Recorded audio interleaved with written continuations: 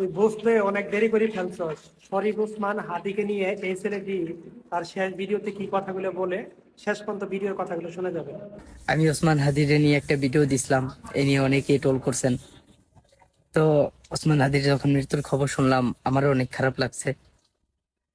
আমি চাই না রাজনৈতিক কারণে কারো জীবন নিয়ে খেলা হোক। হ্যাঁ, রাজনীতি করি, তার মানে এই না যে কারো জীবনের বিনিময়ে রাজনীতি করতে হবে। তো সবাই আমার ওই ভিডিওটার জন্য আমাকে মাফ করবেন। আর ওসমান হাদিরকে যারা গুলি করছে তাদেরকে আইনের আওতায় আনা হোক, তাইলে তার প্রমাণ পাওয়া যাবে যে কারা গুলি করছে, আর তাদের সঠিক বিচার হোক। কথায় আছে না, গাদা পানি খাইলি গোলা করি খাইলি। তুই বুঝতে অনেক দেরি করে ফেলছস।